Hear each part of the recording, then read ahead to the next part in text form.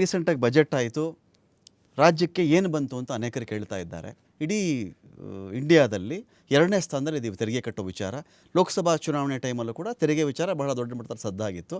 ಸುಮ್ಮನೆ ತೆರಿಗೆ ಕಟ್ಟಕ್ಕೆ ಅಷ್ಟೇ ನಾವಿರೋದು, ನಮಗೇನು ರಿಟರ್ನು ನಮ್ಗೆ ಎಕ್ಸ್ಟ್ರಾ ಕೊಡೋದು ಬೇಡ, ನಮಗೇನು ಅಂತ ಒಂದು ವಿಧಿದತ್ತವಾಗಿ ಡಿಸೈಡ್ ಆಗಿದೆಯಲ್ಲ ಪಾಲು, ಅದಕ್ಕೆ ಕೊಡೋಕ್ಕೂ ಮೀನಾಮೇಷ ಎಣಿಸ್ತಾರೆ ಇವರು.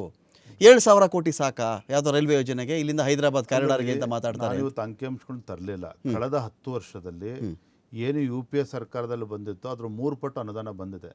ನರೇಂದ್ರ ಮೋದಿಜಿಯವ್ರ ಸರ್ಕಾರ ಬಂದ ಮೇಲೆ ಕಳೆದ 10 ವರ್ಷದಲ್ಲಿ 2,85,000 ಕೋಟಿ ಮೊತ್ತದ ಪ್ರಾಜೆಕ್ಟ್ಗಳು, ಕಾರ್ಯಕ್ರಮಗಳು ನಮ್ಮ ರಾಜ್ಯಕ್ಕೆ ಕೊಟ್ಟಿದ್ದಾರೆ. ಸೂಕ್ಷ್ಮ ಇದೆ ವಿಜಯ, ನಮ್ಮ ರಾಜ್ಯಕ್ಕೆ ಕೊಟ್ಟಿದ್ದಾರೆ. ಒಂದು ಸೂಕ್ಷ್ಮ ಇದೆ ಇಲ್ಲಿ. ಬಜೆಟ್ಟು ಎಷ್ಟು ಲಕ್ಷ ಕೋಟಿ ಇತ್ತು, ಅದರ ಎಷ್ಟು % UPA ಕಾಲದಲ್ಲಿ ಬಂದಿತ್ತು.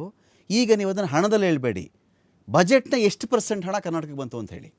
ಅವತ್ತಿನ ಕಾಲಕ್ಕೆ 4 ಲಕ್ಷ ಕೋಟಿ ಬಜೆಟ್ ಮಂಡಿಸಿರಬಹುದು, 10 ಲಕ್ಷ ಕೋಟಿ ಬಜೆಟ್ ಮಂಡಿಸಿರಬಹುದು, 14 ಲಕ್ಷ ಕೋಟಿ ಬಜೆಟ್ ಮಂಡಿಸಿರಬಹುದು. ಅವತ್ತು ಕಾಲಕ್ಕೆ ಒಂದು 50,000 ಕೋಟಿನೋ 1 ಲಕ್ಷ ಕೋಟಿನೋ ಬಂದಿದೆ ಅಂದಾಗ ಆ ಅಮೌಂಟ್ ಜಾಸ್ತಿ. ಇವತ್ತು 2,85,000 ಕೋಟಿ ಬಂದಿದೆ ಅಂತ ಹೇಳಿ 40 ಲಕ್ಷ 46 ಲಕ್ಷ ಕೋಟಿಗೆ ನೀವು ಅದನ್ನು ಕಂಪೇರ್ ಮಾಡಿದಾಗ ಅದು ಕಡಿಮೆ, ನಿಮ್ಗೆ ಜಾಸ್ತಿ ಕಾಣಿಸುತ್ತೆ. ಆಯ್ತು, 2,85,000 ಕೋಟಿ ಬಂದಿದ್ದಲ್ಲ, ಅನ್ಯಾಯ ಆಗಿದೆ ಅಂತ ಯಾಕೆ ಬೊಬ್ಬೆ ಹೊಡಿತಾರೆ ಕಾಂಗ್ರೆಸ್ನವರು?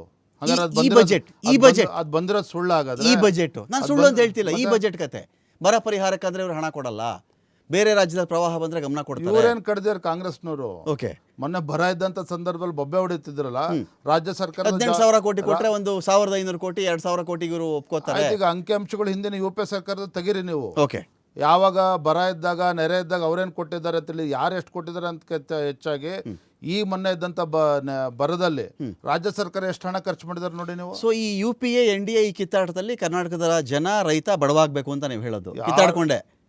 ಇದಕ್ಕೆ ಇತಿಷ್ಠ ಆಡಬೇಕು ಅಂತಕ್ಕಂಥ ಮಾನಸಿಕ ಸ್ಥಿತಿ ರಾಜ್ಯದ ಮುಖ್ಯಮಂತ್ರಿಗಳು ಬರಬೇಕು. ಓಕೆ, ಇವರು ರಾಜ್ಯದ ಮುಖ್ಯಮಂತ್ರಿಗಳನ್ನ ಮರೆತು ಕಾಂಗ್ರೆಸ್ ಪಕ್ಷದ ಮುಖ್ಯಮಂತ್ರಿಗಳು ಅಂತ ನಡವಳಿಕೆ ಇದೆಯಲ್ಲ, ಇದು ಯಾರು ಕೂಡ ಒಪ್ಕೊಳ್ತಕ್ಕಂಥದ್ದಲ್ಲ. ಮೊನ್ನೆ ನೀತಿ ಆಯೋಗದ ಸಭೆ ಇತ್ತು, ಬಹಿಷ್ಕಾರ ಆಗ್ತಾರೆ. ಹೋಗ್ಲಿಲ್ಲ ಇವರು. ಯಾಕೆ ಸ್ವಾಮಿ, ನೀವೇನು ರಾಜ್ಯದ ಮುಖ್ಯಮಂತ್ರಿಗಳು ಅಲ್ವಾ? ಹಾಗಾದ್ರೆ ಇವರ ನಡವಳಿಕೆಗಳು ಇವತ್ತು ರಾಜ್ಯಕ್ಕೆ ಇವತ್ತು ಮಾರಕ ಆಗ್ತಾ ಇದೆ. ಅವರು ಒಬ್ಬ ದೇಶದ ಪ್ರಧಾನಮಂತ್ರಿಗಳು, ಅದನ್ನು ಕೂಡ ಅವ್ರು ಅರ್ಥ ಮಾಡ್ಕೋಬೇಕು. ರಾಜ್ಯದ ಮುಖ್ಯಮಂತ್ರಿಗಳು ಎಷ್ಟು ಗೌರವ ಇರ್ತದೋ ಅಷ್ಟೇ ಗೌರವ ಪ್ರಧಾನಮಂತ್ರಿಗಳು ಕೂಡ ಇರ್ತದೆ. ಇವರು ಈ ರೀತಿ ಬಹಿಷ್ಕಾರ ಹಾಕ್ಕೊಂಡು ದಿನ ಬೆಳಗಾದ್ರೂ ಕೇಂದ್ರ ಸರ್ಕಾರನ ದೂರ್ಕೊಂಡು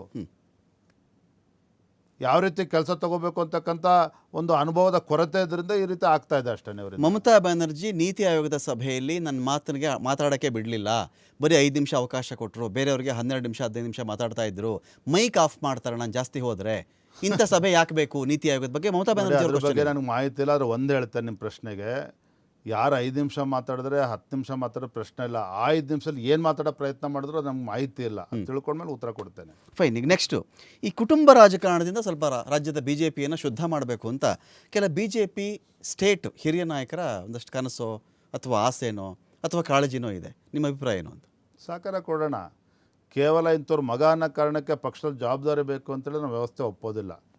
ನಾನು ಕೊಡೊಬ್ಬ ವಿಜೇಂದ್ರಗೆ ಪಕ್ಷನ ರಾಜ್ಯದ ಅಧ್ಯಕ್ಷ ಸ್ಥಾನ ಕೊಟ್ಟಿದ್ದಾರೆ ಅಂತ ಹೇಳಿದ್ರೆ, ಕಳೆದ 18-20 ವರ್ಷ ನಿರಂತರ ಪಕ್ಷದಲ್ಲಿ ದುಡಿದಿದ್ದೇನೆ. ಯುವಕರಿಗೆ ಆದ್ಯತೆ ಕೊಡಬೇಕು ಅಂತೇಳಿ ನಮ್ಮ ರಾಷ್ಟ್ರೀಯ ನಾಯಕರು ನನಗೆ ಅವಕಾಶ ನೀಡಿದ್ದಾರೆ. ಯಡಿಯೂರಪ್ಪನವ್ರ ಮಗ ಅನ್ನೋ ಕಾರಣಕ್ಕೆ ನನಗೇನು ಬಂದು ಇಲ್ಲಿ ಕೊಡುಗೆ ಕೊಟ್ಟಿರ್ತಕ್ಕಂಥದ್ದು. ಮತ್ತು ರಾಜ್ಯದ ಅಧ್ಯಕ್ಷ ಸ್ಥಾನ ಇಟ್ಸ್ ನಾಟ್ ಎ ಲಕ್ಸುರಿ.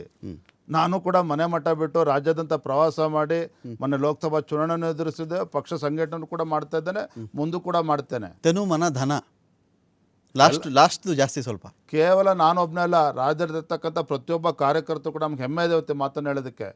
ಯಾವ ಭಾರತೀಯ ಜನತಾ ಪಾರ್ಟಿ ಅಧಿಕಾರಕ್ಕೆ ಬರೋದಿಲ್ಲ ಅಂತ ಹೇಳ್ತಾ ಇದ್ರು, ಅಂತ ಪಕ್ಷವನ್ನು ನಂಬ್ಕೊಂಡು ಲಕ್ಷಾಂತರ ಕಾರ್ಯಕರ್ತರು ತನು ಮನ ಧನ ಎಲ್ಲವನ್ನು ಅರ್ಪಿಸಿ ಸಂಘಟನೆಗೆ ಶಕ್ತಿ ತುಂಬತಕ್ಕಂಥ ಕೆಲಸ ಮಾಡಿದ್ದಾರೆ.